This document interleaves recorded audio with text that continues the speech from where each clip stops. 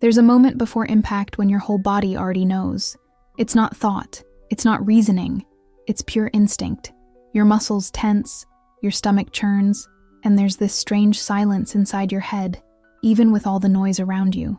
In that second, as the bus began to tip over and I heard my daughter's scream tearing through the air, my heart raced in a way I'd never felt before, and I thought, this is it. We're going to die here. My name is Amara. I am 32 years old. I am Chioma's mother. I follow Jesus, and I was born in Nigeria. And what I'm about to tell you is about the day I saw God hold death in his own hands. It all happened in August 2022. The heat in the north of the country was unbearable, the kind that burns your throat when you breathe. We lived in Kaduna, a city that lived on the edge, you know? Half faith, half fear. Hope in the morning, gunfire at night. My husband had left 3 months earlier for Ghana, running after work, trying to save something so we could start over. I stayed with Chioma, who was only 6 years old at the time, counting the days until we could go and see him. But the situation worsened far too quickly. The threats increased, the attacks became constant. Churches were burned, pastors disappeared, entire families were massacred overnight. Fear ceased to be something distant. It became part of the routine. Even so, we continued going to church, praying, believing that God was watching everything, that he wouldn't abandon us in the midst of the storm. Then came that phone call. My husband called me crying. He could barely speak. Amara, get out of there. Don't wait any longer. They killed Pastor Emmanuel. Him, his wife, his children, everyone. They set fire to the house with them inside. His voice was broken. I broke inside too. Pastor Emmanuel had married us, baptized Chioma, taught us that being a Christian in Nigeria meant waging a spiritual war every day. And now he was gone. I decided right then and there. We were going to sell what we had and buy 2 bus tickets south to Port Harcourt. From there, we could catch a flight to Ghana. Was it dangerous? Very. The roads were full of militias who hated anyone who followed Jesus. But staying there was certain death, just slower. And I wasn't going to let my daughter grow up in a place where her life was worth less than 0, just because of what she believed. We arranged to meet on Thursday, August 25th, at 5 in the morning. The bus was old, white and faded blue, with a capacity for 45 people. Almost everyone there was Christian. Everyone was running from something. Some had lost their entire families. Some had seen their homes turn to ashes. They all carried that same tired look, that strange mixture of hope and dread that only those who have seen death up close can understand. I remember when we got on the bus that morning, Chioma squeezed my hand tightly and said, "Mommy, God is here with us on the bus, right?" I looked at her, into her little eyes full of a purity that the world was already trying to steal from her, and I replied, "Yes, my love, God is always with us." I had no idea how much I would need to believe those words in the coming hours.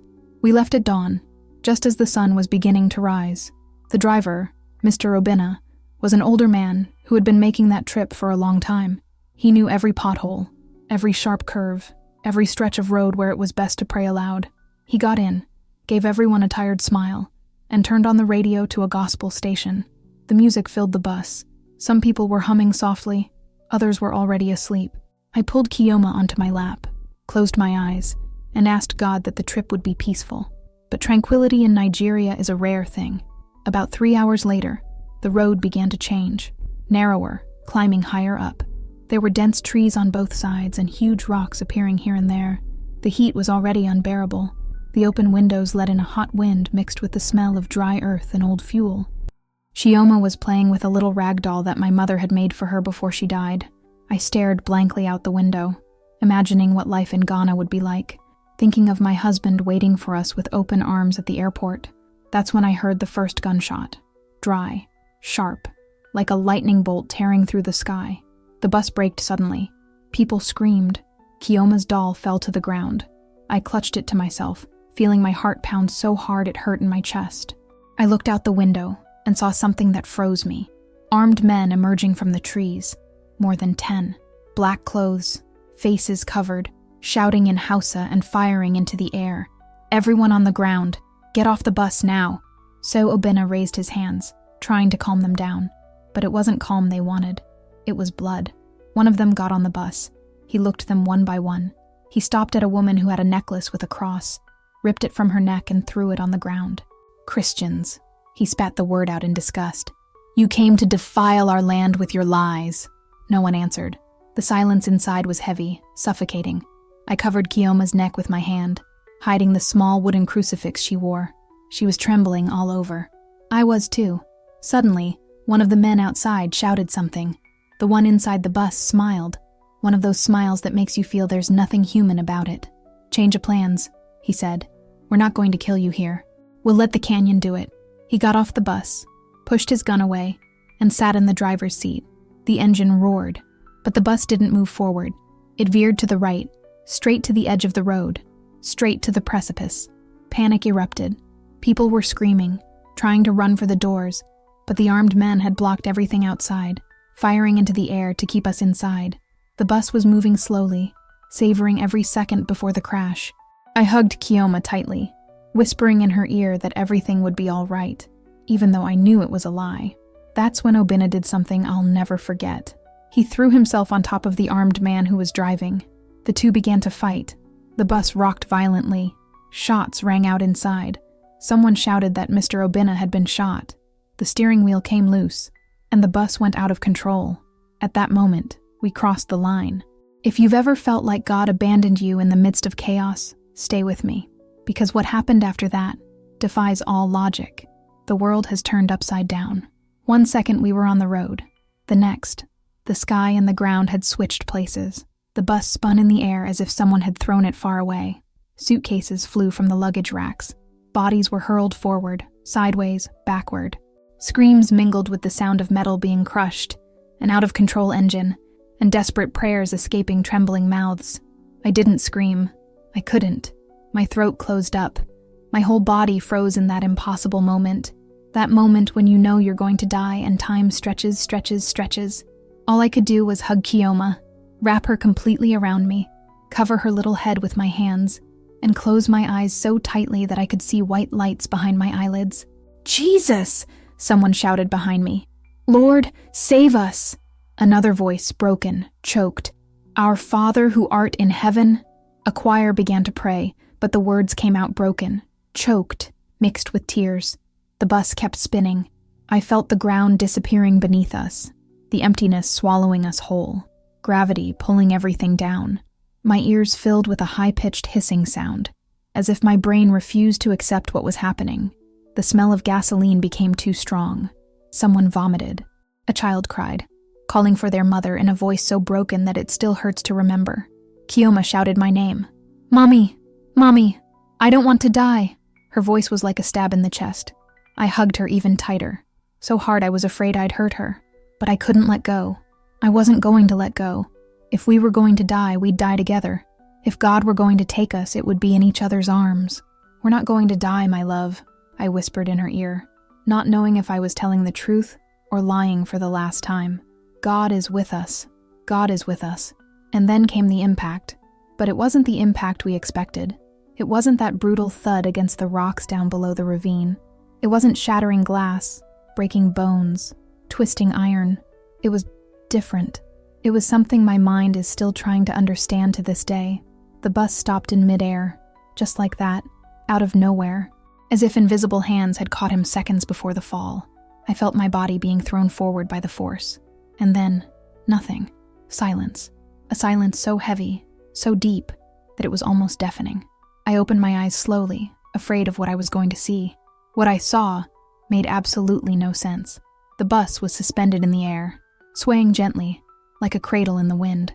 Through the broken windows, I could see the ravine below us, sharp rocks, twisted trees, red, dry earth, more than 50 meters down. But we weren't down there. We were floating, trapped, still. "What?"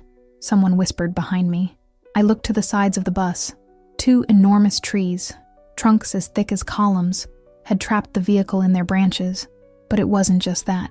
It was the way they had trapped it, perfectly balanced. It was as if someone had measured the right angle, the exact position, the perfect second to leave the bus hanging without falling. It was impossible, but it was happening. People began to move slowly, touching their arms and legs, checking if they were still alive. Some were crying, others were laughing, that nervous, somewhat crazy laugh. An older lady in the back began to sing a hymn, her voice trembling. "The Lord is great. He has done great things." Chioma lifted her head from my chest. Her little eyes were red and swollen from crying so much. She looked at me with such profound confusion that it broke my heart. "Mom, are we dead?" "No, my love," I said, though my own voice seemed to come from afar, from someone else. "We're alive. God saved us." Through the front window, I saw something that froze me again. Smoke. Thick black smoke began to rise from the back of the bus. The engine, destroyed by the impact, had started to catch fire. "Fire!" someone shouted. "It's on fire!" Panic returned like a wave. Everyone started moving desperately, trying to open doors, banging on windows. But the bus was in such a precarious state that every movement made it sway dangerously. Branches creaked. Metal groaned. "Don't move!" shouted a man from the back. "If we move too much, we'll fall." But the fire didn't wait. The flames began to lick the back seats. The smell of burning plastic filled the air. The smoke grew thicker, darker, more suffocating. Chioma started coughing. I did too. My eyes burned. My throat tightened. "We have to get out of here," I said, more to myself than to anyone else. A boy near the front door began kicking it desperately. 1, 2, 3 times. Finally, the door opened with a loud metallic clang. But when it opened, the bus tilted slightly to the side. Everyone felt the balance shift. The branches creaked louder. "One at a time," the boy said, his voice firm but frightened. "We have to leave one at a time, otherwise we'll all die." And the escape began. The boy went out first, clinging to the tree branches, carefully moving towards the trunk. Then he helped an elderly woman, then a man with a bleeding head, one by one, slowly, painfully slowly. Meanwhile, the fire grew, and the smoke choked us. I waited my turn, clinging to Chioma, begging, praying, pleading.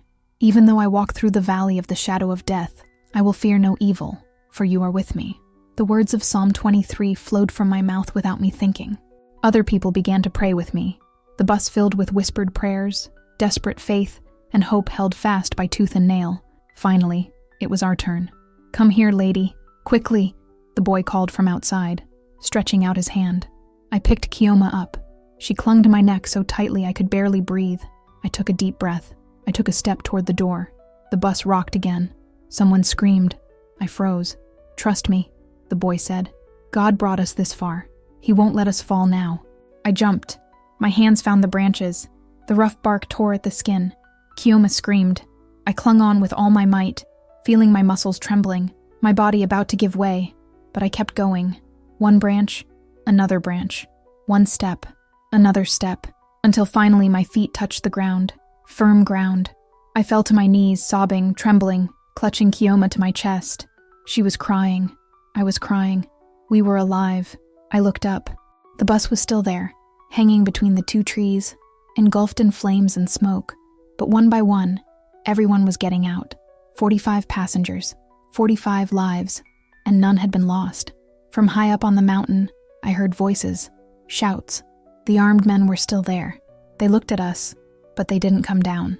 They didn't approach. They just stood there, watching, as if they were seeing something they couldn't understand. One of them, the leader, stood still, staring at the suspended bus. His hands, which had previously gripped the weapon so firmly, now hung loosely at his sides. His face, even though covered, showed something I never imagined seeing in someone like that, fear. Because on that day, on that mountain, in that gorge, everyone there witnessed something that defies any human explanation.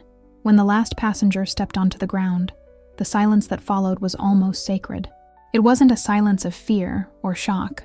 It was the silence of 45 people who had just been snatched from the clutches of death and still didn't know how to process the fact that they were still breathing. Some hugged each other, trembling. Others simply sat on the ground, looking at their own hands as if they couldn't believe they still had them. One woman took off her shoes and walked barefoot on the earth, as if she needed to feel that the world was still real. I was still on my knees with Chioma in my lap. My legs wouldn't obey. I tried to stand up twice, but my body simply refused. The trembling was so deep it seemed to come from inside my bones. "Mommy, why are you crying?" Chioma asked, touching my face with her little hands. I didn't know what to answer, because I was crying from relief, from terror, from gratitude, from disbelief. I was crying because my daughter was alive. I was crying because everyone was alive. I was crying because I had seen death so closely that I could smell it. And even so, it didn't touch us. I'm crying because God is good, my love, I finally said, kissing her forehead. Because God is so, so good. From up there, the bus was still burning.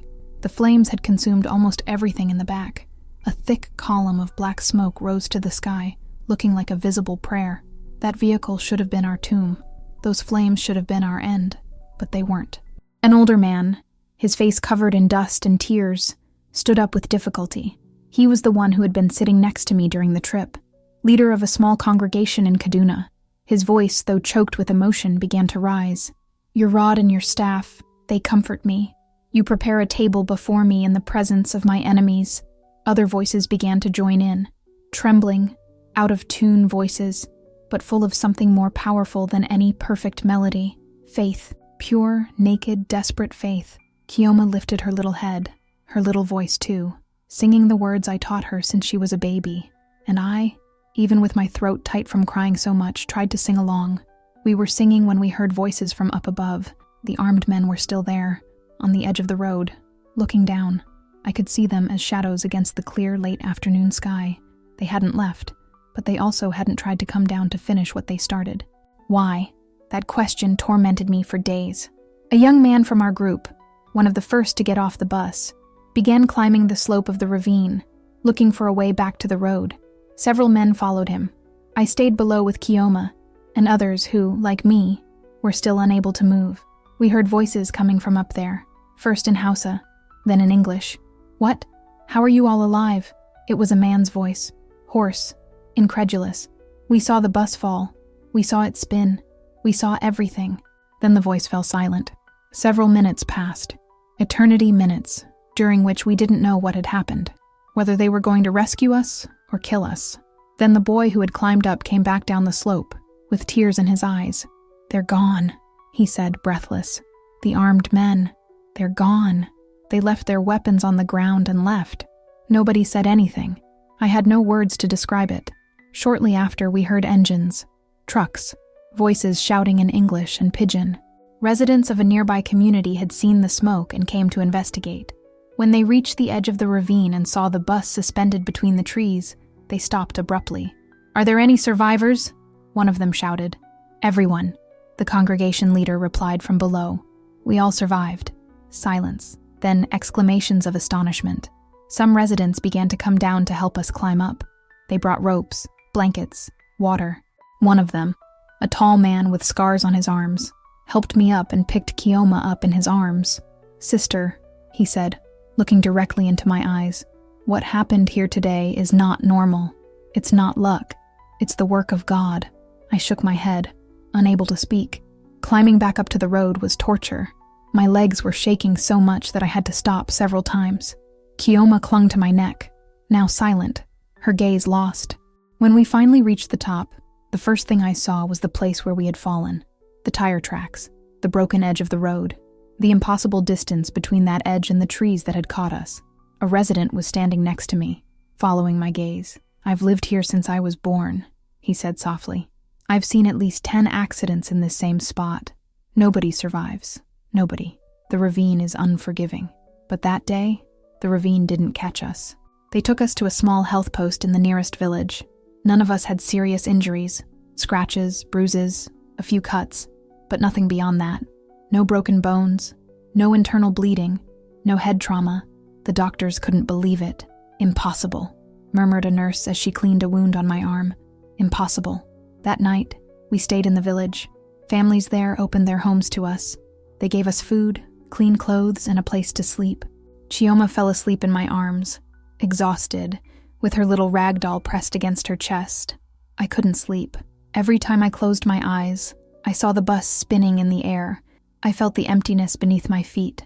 I heard the screams, but I also heard something else. A voice without sound, but so clear. So clear it seemed as if someone had whispered directly in my ear. I was there. I held on tight. I didn't let go. I cried until I had no more tears left. The next morning, some residents took us back to the edge of the ravine. They wanted to see the bus in daylight. They wanted to understand. When we arrived, there were more people. Curious onlookers, local journalists, even some police officers. The bus was no longer on fire.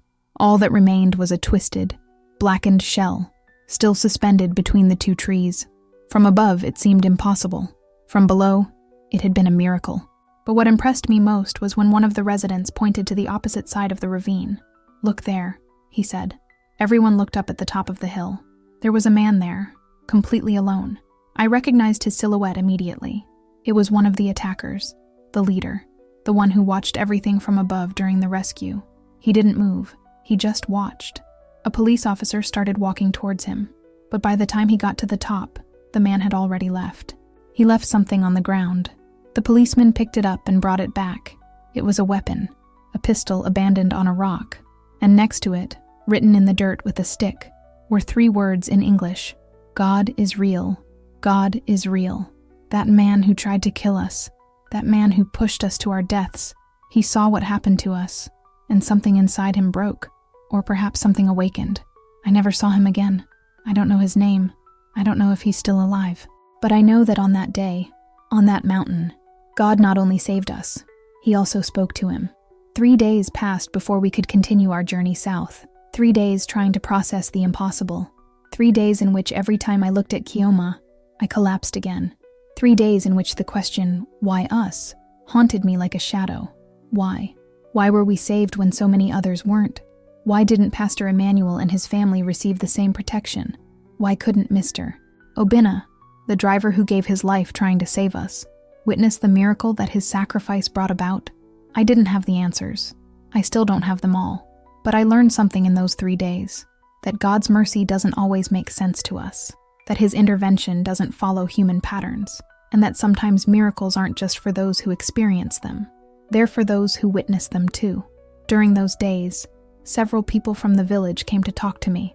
They wanted to hear the story directly from someone who had lived through it. Some cried while I told the story. Others remained silent, trying to absorb what had happened. A Christian woman took my hands and said something I will never forget. "Sister, you didn't survive by chance. God protected you because your testimony needs to go far, very far." At the time, I didn't understand her words.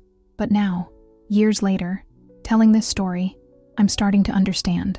On the 3rd day, a pastor from a nearby church came to visit us.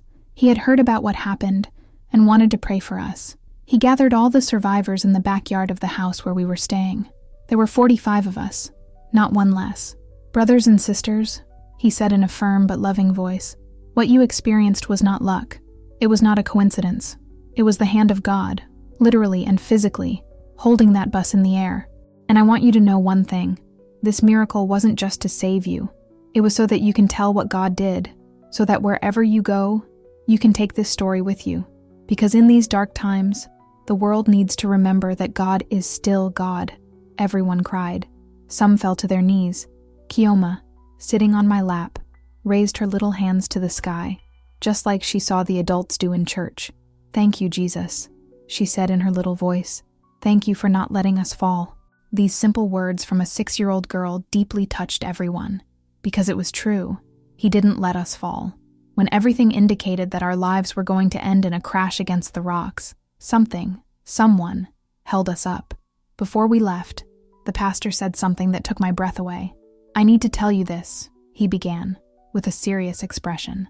"One of the men who attacked you came to see me last night." Silence fell immediately. He came alone, unarmed, trembling.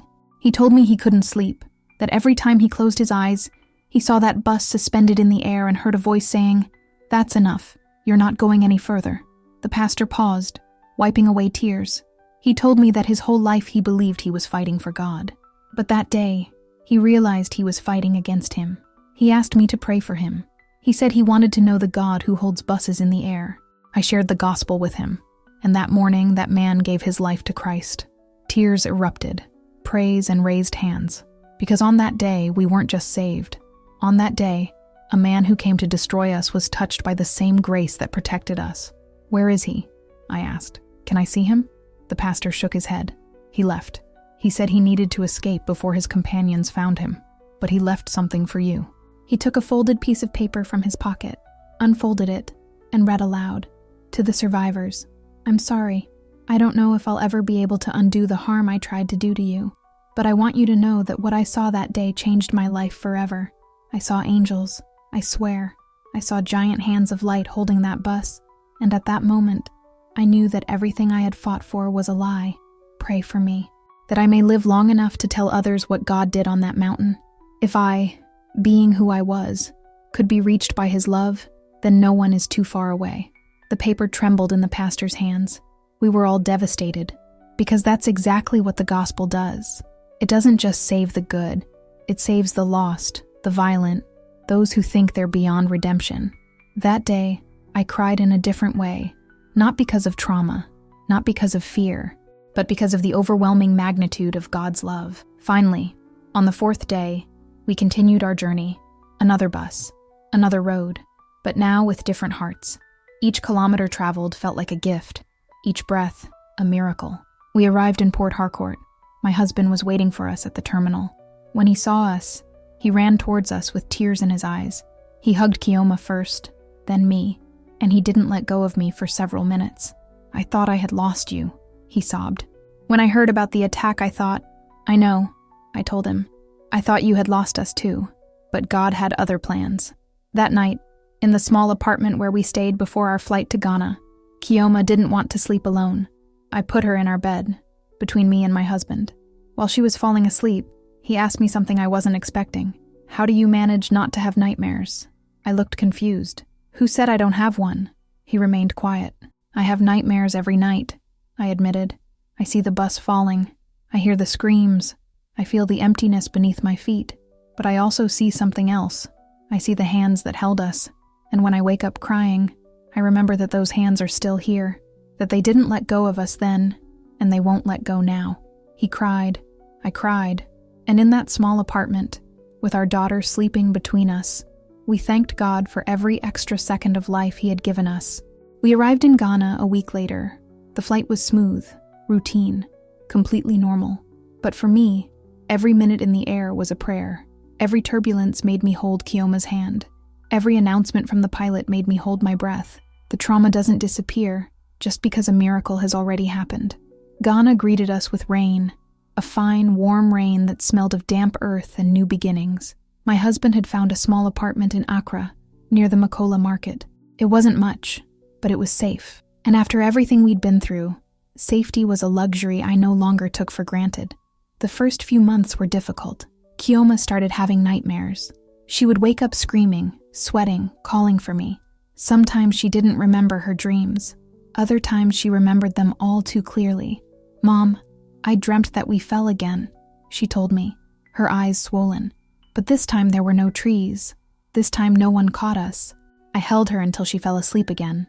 But I stayed awake, staring at the ceiling, wondering how long it would take before they could both close their eyes without fear. One day, 2 months after we arrived in Ghana, Chioma asked me a question that broke my heart. Mom, why did God save us but not Uncle Obinna? She was talking about the driver, the man who threw himself on top of the attacker, the man whose sacrifice gave us those extra seconds, the man who lost his life so that we could have a chance. I didn't know what to say.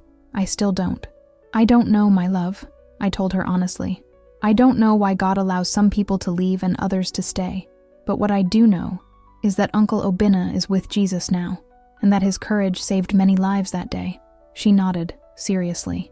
Then she said something I never expected to hear from a 6-year-old girl. So when I grow up, I want to be brave like him. I want to help people. At that moment, I understood something. The miracle wasn't just that we survived. The miracle was what that day planted in our hearts. A purpose that didn't exist before the fall. I started sharing our testimony at the small church we attended in Accra. At first, my voice trembled. Sometimes I had to stop because I got emotional and cried. But every time I finished telling the story, something happened. People were crying. They came to me after the service saying they had lost their faith, but that hearing what God did on that mountain had restored their hope. A man told me, "Sister, I was planning to take my own life this week. I felt like God had forgotten about me, but if he could hold a bus in the air, then maybe, just maybe, he can hold me too." I cried with him. We prayed together. And weeks later, he told me that he had started attending a support group, that he had sought help, that he had decided to keep fighting. That's when I understood what that lady from the village had told me. Your testimony needs to go far. I started writing our story. I'm not a writer. My grammar isn't perfect. My words aren't elegant. But they're real, and I decided that was enough. I posted the story on social media. I shared it in prayer groups. I sent it to Christian websites. And little by little, it began to spread, first in Ghana, then in Nigeria, then in other African countries, and finally, around the world. I received messages from places I never imagined. A woman in Colombia wrote to me saying she had been in a car accident, and that reading our testimony helped her cope with her trauma. A man in the Philippines told me he was going through similar persecution, and that our story gave him the strength to move forward. Each message was a reminder of why God saved us, not just for us, but for all those who needed to see that He is still the God of miracles. A year after the accident, I received an unexpected call. It was from one of the bus survivors, the leader of the congregation who had been sitting near me. "Sister Amara," he said, "I need to tell you something." He told me that he had returned to Nigeria, that he had gone back to his church, and that the testimony of what God had done on that mountain had sparked a revival in the community. People who had abandoned their faith returned. Young people who were considering joining extremist groups changed their minds. Separated families reconciled, all because they heard that God held a bus in midair. "Everything," he said, crying. "Everything because they saw that He is still real." I cried for hours after that call, because I understood something that changes everything. Our suffering wasn't in vain. Our terror had a purpose. Our miracle wasn't just for us. Chioma grew up hearing this story. She heard it so many times that she can tell it herself, and although the nightmares have lessened over time, she has never forgotten what we went through. But she also hasn't let it define her. Today, at 10 years old, she is the bravest girl I know. When she's scared, she remembers the trees. When she feels overwhelmed, she remembers invisible hands. And when someone asks why she believes in God, she simply says, "Because He saved me when I should have died. And if He saved me that day, He can save me every day." The scars are still here. I see them in my hands when they tremble for no reason. I see them in Chioma's eyes when she hears a loud noise. I see them in my husband when he hugs me too tightly before I leave the house. But these scars are not just marks of pain. They are testaments to survival. They are reminders that when life tried to destroy us, something stronger than death held us up. And every time I tell this story, every time someone tells me it gave them hope, every time I see Chioma smile without fear, I understand that the miracle didn't end in that ravine. The miracle continues to live on. 3 years have passed since that day on the mountain. 3 years in which I have tried to live each day as the gift that it is. 3 years in which I have learned that miracles don't just change the moment they happen, they change everything that comes after. We're still going strong in Accra. It's become our home. Chioma attends a local school where she's known as the Miracle Girl. At first, this embarrassed her. Now she deals with it with a mixture of humility and determination. The teachers tell me that when someone in the class is going through a difficult time, they approach them and say, "God can do impossible things. I've seen it happen." She doesn't say this arrogantly. She says it with the certainty of someone who has seen eternity touch the earth. My husband got a job at a construction company. I started teaching English to Nigerian refugees who arrive in Ghana, seeking the same thing we do: safety, peace, a place where they can breathe without fear. Many of them lived through similar horrors, some worse. And when they tell me their stories, I often end up telling mine, because I've discovered that witnessing isn't just about recounting what God has done. It's about using what God has done to give hope to others who are still in the midst of their own downfall. 6 months ago, I received a message that left me speechless. It was a man who claimed to be the leader of the attackers, the one who left the weapon, and the message on the mountain, the one the pastor said had given his life to Christ. The message said, "Sister Amara, I don't know if you remember my name. Probably not, but I will never forget yours. I am the man who tried to kill you that day. I am the man who pushed the bus off the cliff. I am the man who saw the impossible and could no longer deny that God exists. I've been following Christ for 3 years. It hasn't been easy. I left everything behind. I lost friends. I lost my old life. But I gained something much greater. I gained peace. I gained purpose. I gained the certainty that I'm not beyond redemption. Now I work with an organization that rescues young people recruited by extremist groups. I tell them their stories. I tell them yours. I say that the same God who reached me can reach them. I'm writing this to ask for your forgiveness. I know I don't deserve it. I know words can't undo what I did, but I'm also writing to thank you. Because without knowing it, your testimony saved more lives than those I tried to destroy that day. May God bless you and your family, and may you never forget that what you went through wasn't just for you, it was for all of us. I read that message 50 times. I cried every time, because there was tangible proof that our pain had a purpose, that our fall lifted others up. I replied. I said I forgave him, that I was praying for him, that his transformation was as much a part of the miracle as the bus suspended in the air. And we've kept in touch ever since. He sends me photos of the young people he helped rescue from violence. I send him news from Chioma, and together, from opposite sides of a story that could have ended in tragedy, we thank God for writing different endings than we expected. The other day, Chioma asked me something while we were preparing dinner. Mom, when I grow up, can I tell our story to people who are afraid? Of course, my love, I said, but you're already doing that now. She smiled, and in that smile, I saw everything we had lost and everything we had gained. We lost our innocence, but we gained a purpose. We lost the feeling of absolute security, but we gained a faith that is not based on the absence of danger, but on the presence of God in the midst of danger. Sometimes, when I can't sleep, I go out onto the small balcony of our apartment. I look at the stars and start thinking. I keep thinking about what would have happened if Obina hadn't thrown himself against the attacker. I keep thinking about what would have happened if those two trees hadn't been exactly there, at that precise angle. I keep thinking about what would have happened if God had decided not to intervene. But then I remembered something. I remember that God didn't just intervene at the moment of the crash.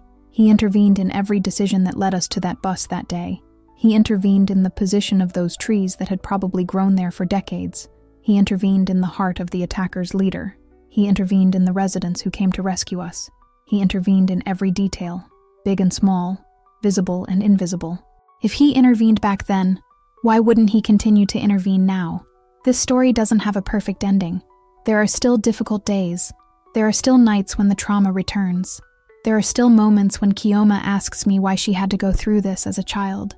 But what remains is an unshakable truth, that God is real, that his hands are strong, that his love is greater than our fear, and that when he decides to hold something, nothing, not gravity, not violence, not even hell itself, can make it fall.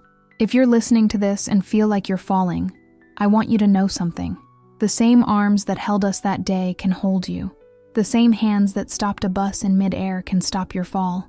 I don't know how, I don't know when, but I know it will happen, because I saw it, I lived it, and my daughter, who now sleeps peacefully in her room, also lived it. And that's the difference between believing in theory and believing because you've seen it, between having an abstract hope and having hope rooted in the impossible that has become possible. A few months ago, I returned to Nigeria for the first time since the accident. It was difficult. Every kilometer of road made me tremble, but I needed to do it. I needed to go back to that mountain. When I arrived, the trees were still there. The burnt wreckage of the bus had been removed long ago, but the marks on the trunks remained, marks of twisted metal, physical evidence of the impossible. I stood on the edge of the ravine, looking down, and this time, instead of feeling fear, I felt gratitude. Gratitude for every breath, every heartbeat, every extra day that God gave us.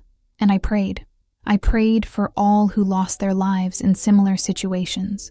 I prayed for the families who didn't have the same ending as us. I prayed for the man who was now serving God after having served darkness. I prayed for Chioma and for the purpose God had for her life. And when I finished praying, I heard something. It wasn't an audible voice, but it was as clear as if someone had spoken. That wasn't the end. It was the beginning. And I was right, because that testimony traveled further than I ever imagined. It was shared in churches, in prayer groups, at conferences. It reached people on continents I can't even locate on a map. And every time someone writes to me saying that this gave them hope, that it reminded them that God is still God, that it helped them keep the faith for another day, I understand that that day in the ravine didn't end when we set foot on solid ground. It continues to resonate. It continues to save lives. It continues to remind the world that the impossible is God's favorite language.